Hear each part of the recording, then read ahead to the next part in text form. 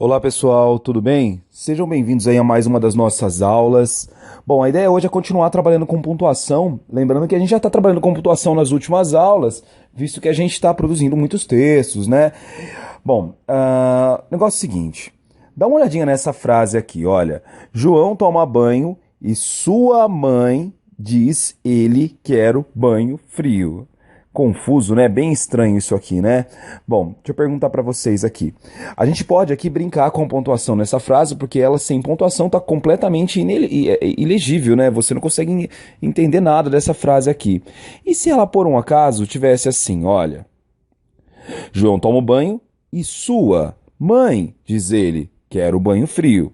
Notem que a gente aqui usou o ponto final, usou aqui as aspas, usou vírgulas, tudo bem? Mais aspas, mais outro ponto final, mais aspas. E esses pontos aqui contribuíram para o sentido do texto. É muito importante que você saiba que esse é o grande significado, o grande sentido da pontuação. Ela tem que contribuir com o significado do texto, né? Bom, dá uma olhadinha também aqui nessa tirinha, eu vou ler para vocês. É do menino maluquinho, né? E ele diz, vamos lá, paizão, subiu o salário mínimo e eu quero mais mesada.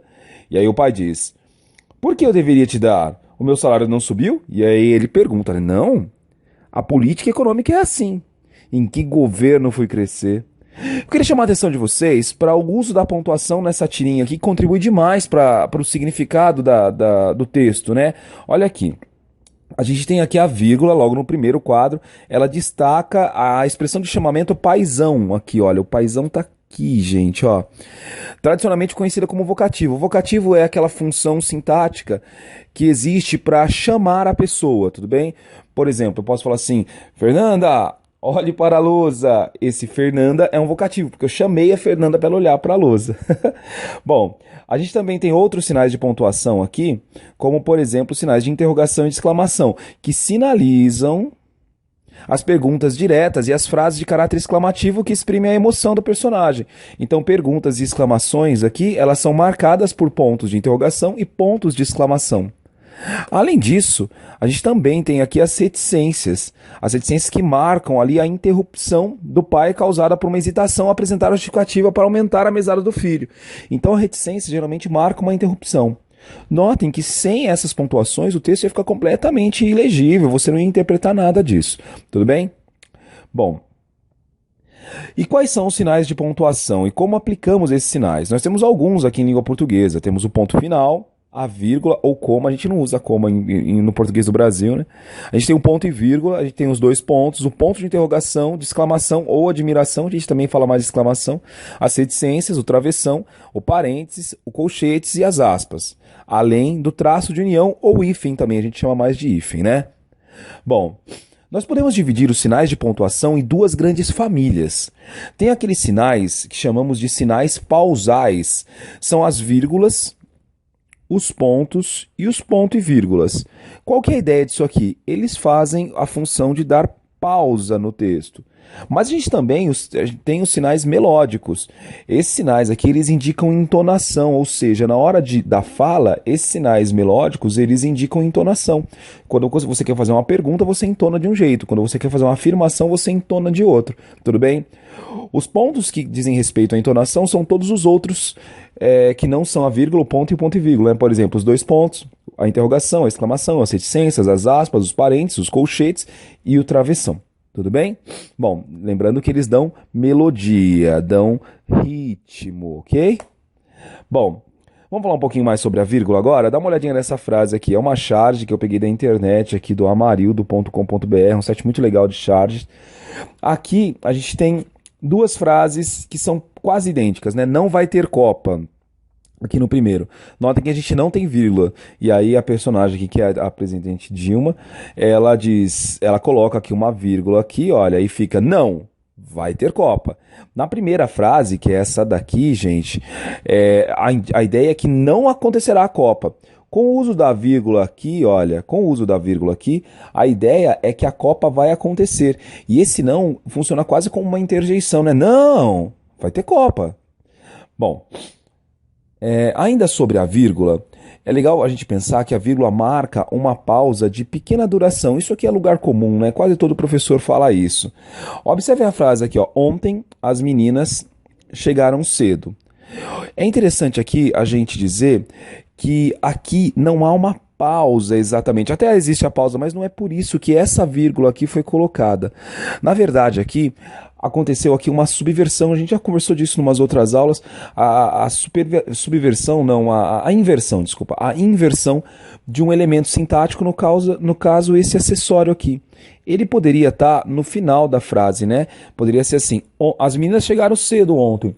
Entretanto, por uma questão de escolha do redator, ele decidiu usar esse ontem aqui, que geralmente está no final da frase, estaria aqui onde é que eu estou o X, no começo. Pode-se fazer isso, mas se fizer isso, é obrigatório que se coloque a vírgula, tal como acontece aqui. Tudo bem? Bom, e o ponto? O ponto, é comum a gente dizer que o ponto assinala uma pausa máxima, uma pausa maior no nosso texto, né, no nosso comunicação. Dá uma olhadinha aqui, olha, texto do Machado de Assis. Nada pode contra o poeta, nada pode contra esse corrigível que tão bem vive e se arranja em meio aos destroços do palácio imaginário que lhe caiu em cima. Machado de Assis, o grande Machado de Assis. É interessante que essa primeira frase aqui, esse primeiro período que acaba aqui, olha, nesse ponto final, ele encerra uma ideia, tudo bem? A ideia depois, ela é explicada, ela é continuada, olha, nada pode contra o poeta. É legal isso aqui, que a gente já conversou isso em outras aulas e você precisa se lembrar, isso aqui é aquilo que a gente chama de tópico frasal. O tópico frasal aqui ele é uma afirmação, né, uma exclamação. Desculpa, ela é uma afirmação muito objetiva, muito direta, muito curta, e ela sempre é marcada no final com um ponto final. Tudo bem? Bom, é muito legal, e a gente também já falou isso em outras aulas, vocês lembrarem que o ponto final, ele marca também o final de um parágrafo, e a gente tem que lembrar que o parágrafo deve conter apenas uma ideia. É um pecado capital, é um pecado mortal você usar mais de um ponto final, desculpa, mais de uma ideia no mesmo parágrafo, tudo bem? Bom, vamos dar uma olhada aqui, olha. José Lins do Rego, grande escritor brasileiro também. Lá embaixo era um mar que crescia. Começava a chuviscar um pouco, e o carro subia mais para o alto com destino à casa de Amâncio, que era a melhor da redondeza. Esse livro aqui chama Fogo Morto, fica a dica aí, é um livro muito interessante, tá? Tem que ser lido, do José Lins do Rego.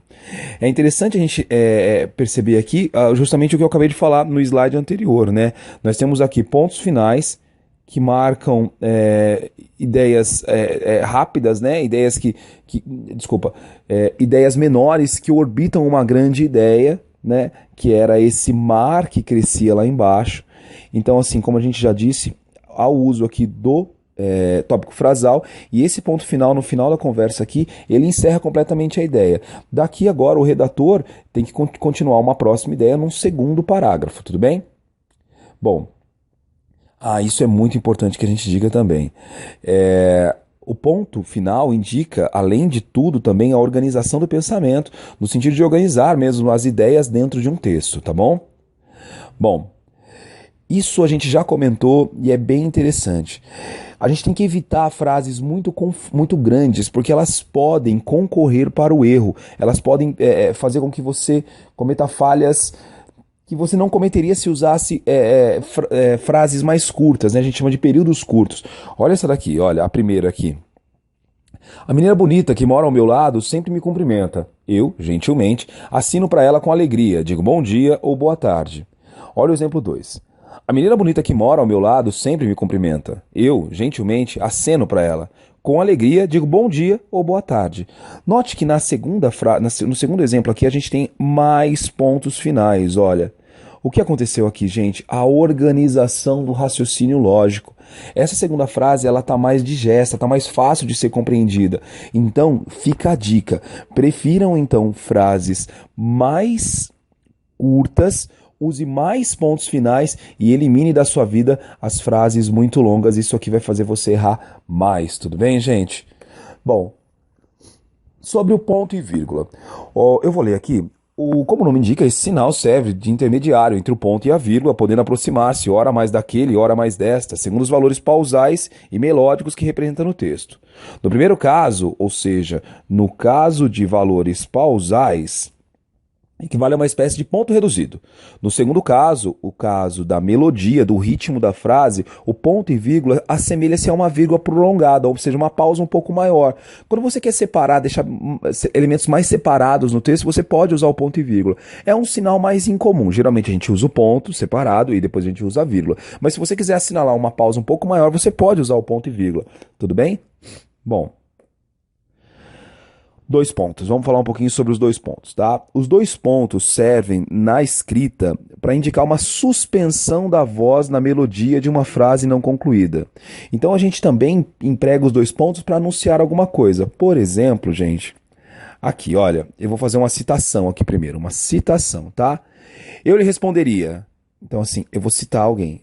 Desculpa, isso aqui é uma citação, e alguém está fazendo aqui uma frase declarativa, tudo bem? Vai declarar alguma coisa, vai citar alguma coisa. Olha, eu lhe responderia, a vida é uma ilusão. Olha que interessante que aqui a gente usou os dois pontos aqui e eles inserem essa frase declarativa, né? Essa citação.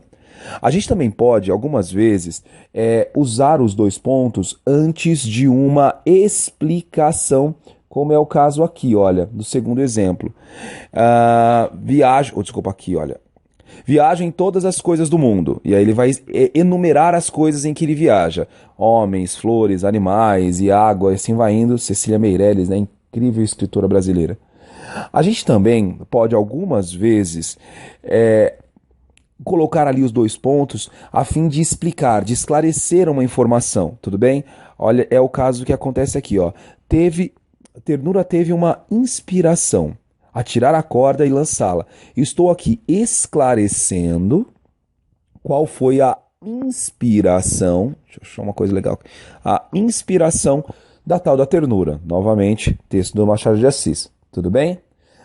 Novamente um esclarecimento aqui, ó. Novamente Cecília Meirelles. Não sou alegre nem triste, um dos versos mais bonitos dela. Aí ela se coloca aqui, olha, para esclarecer por que ela não é nem alegre nem triste. Afinal, ela é poeta e os poetas estão acima da alegria e da tristeza. Momento poético da aula aí, hein, gente?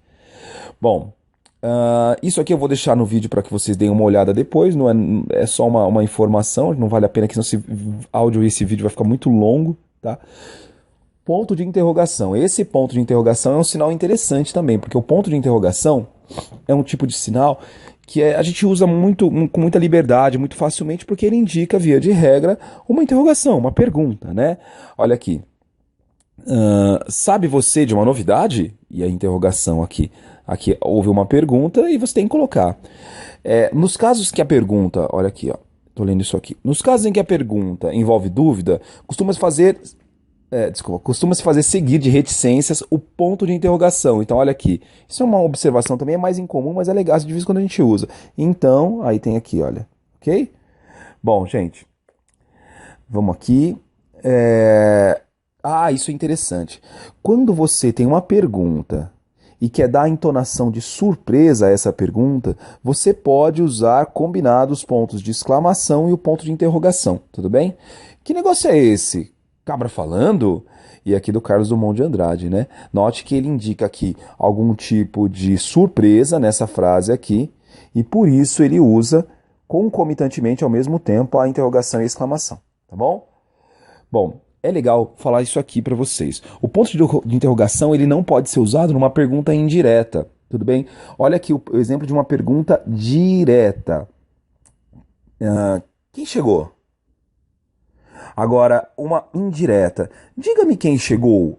Aqui, essa pergunta é indireta. Você não faz diretamente uma pergunta. Você pede para que alguém faça algo. Diga-me alguém quem chegou. Então, nesse caso, não se usa aqui a exclamação. E nesse caso aqui, está corretinho se usar. Tudo bem? Bom, outro ponto fácil de usar também é o de exclamação.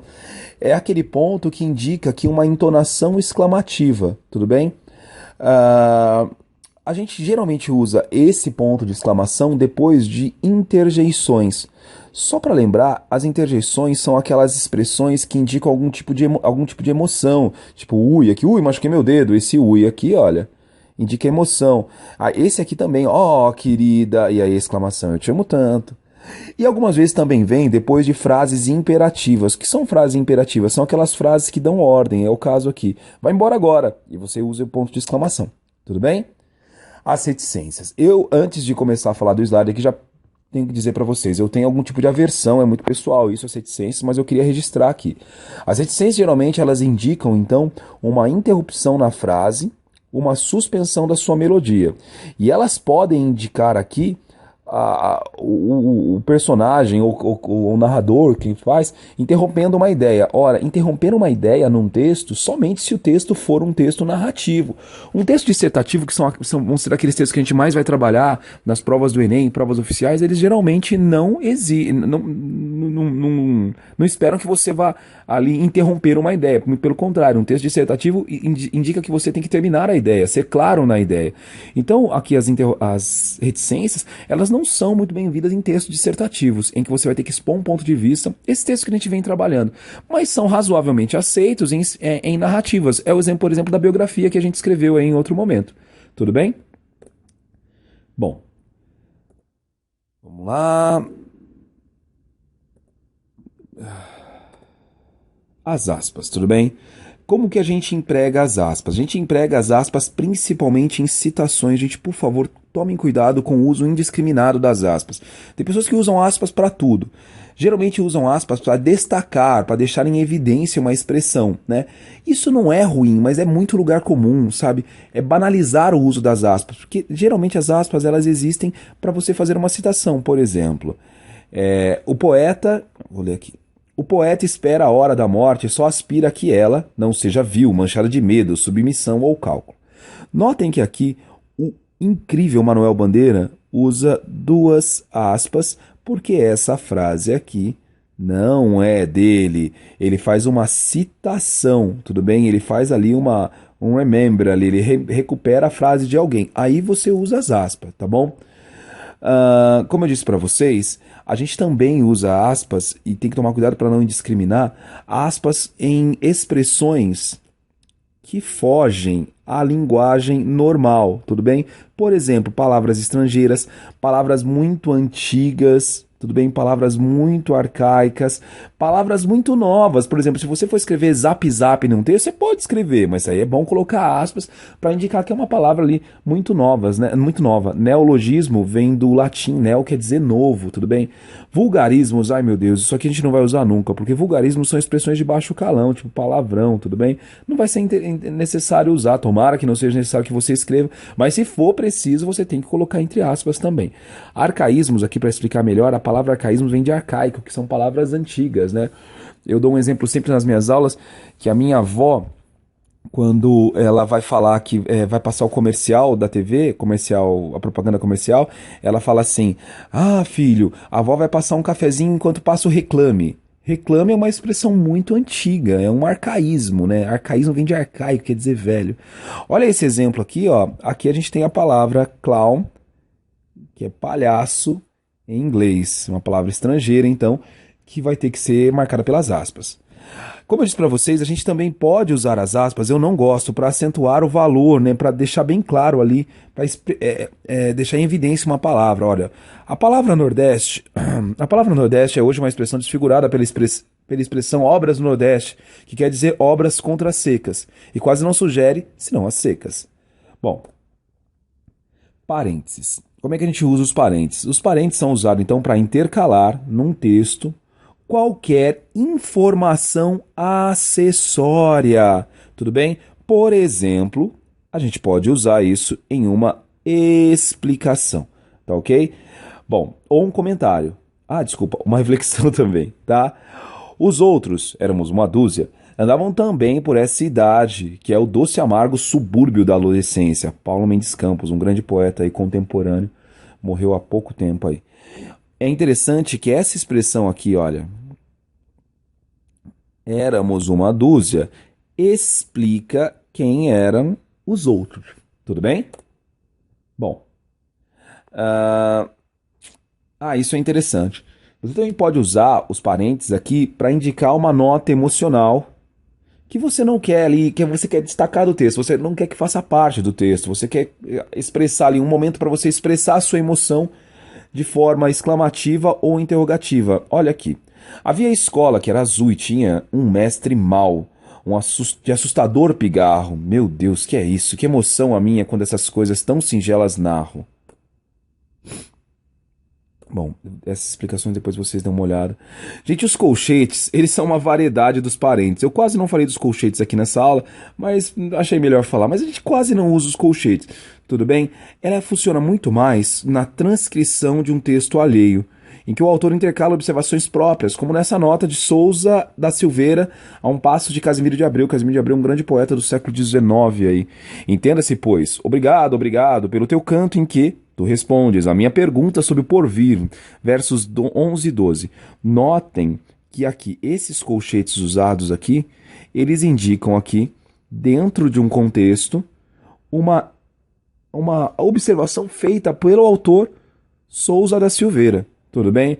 A gente quase não usa, gente. Se quiser usar os colchetes, substitua-o por parênteses. Bom, o travessão. Travessão sim é um ponto importante. A gente usa o travessão para duas coisas.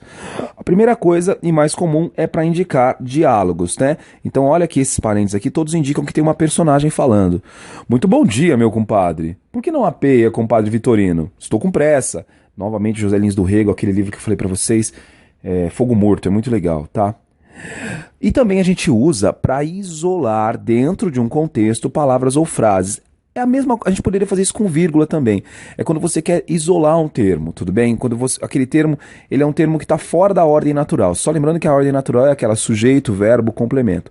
Se você quiser deslocar algum termo dessa ordem, você pode deslocar e pode usar ou a vírgula ou o travessão. 2 horas depois, a tempestade ainda dominava a cidade e o mar. O Canavieiras ia encostando no cais. Bom, pessoal, temos um desafio para vocês aqui. Uma brincadeira aqui. A professora Fernanda e o professor Igor e os outros professores que estão ministrando a aula para vocês aí, eles vão brincar isso com vocês. Eu tenho um desafio para vocês aqui, tá? O desafio é o seguinte, dá uma olhada aqui, olha, nessa frase. Um homem rico agonizava em seu leito de morte, pressentindo que o fim estava próximo. Pediu papel e caneta e escreveu. Vou ler. Deixo meus bens a minha irmã, não a meu sobrinho jamais será paga, a conta do padeiro, nada dou aos pobres. Só tem um pontinho final miserável aqui, que não faz com que entendemos com muita clareza qual que é essa aula, tudo bem? Vou pedir uma gentileza para vocês agora, vou pedir para que o professor pause a aula e que vocês tentem aqui consertar essa frase usando pontuação e deixá-la deixá-la inteligível, né? Porque é o seguinte, no entanto, aquele cara lá, que escreveu o testamento, morreu antes de fazer a pontuação. Eu só quero deixar uma coisa claro, e vocês vão ter que fazer isso, essa é a brincadeira. São 4 concorrentes a ficar com a herança do velhinho. Tudo bem? Então, vamos lá, pode pausar.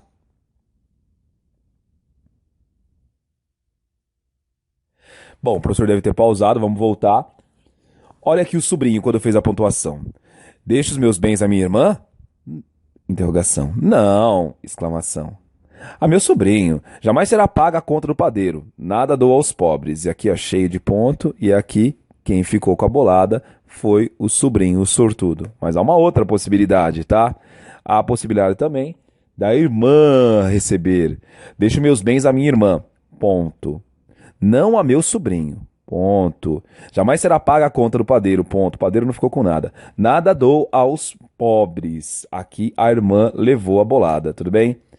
E agora o padeiro, agora sim é a vez do padeiro. O padeiro vai ficar agora com a herança. Deixo meus bens à minha irmã? Novamente interrogação. Não. A meu sobrinho? Jamais. Será paga a conta do padeiro. Nada dou aos pobres. Agora com esse ponto final aqui. E esse jamais isolado aqui. O padeiro aqui ganhou a bolada.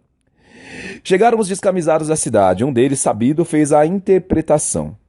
Deixo meus bens à minha irmã? Não. A meu sobrinho? Jamais. Será paga a conta do padeiro? Nada. Dou aos pobres. E aqui, os pobres é que ficaram com toda a fortuna. Tudo bem? Bom, pessoal, é sempre um prazer conversar com vocês. Tomara que vocês tenham aproveitado aí. Os professores vão dar mais um desafio para vocês aí e a gente se vê numa próxima, tá? Um grande abraço e até mais.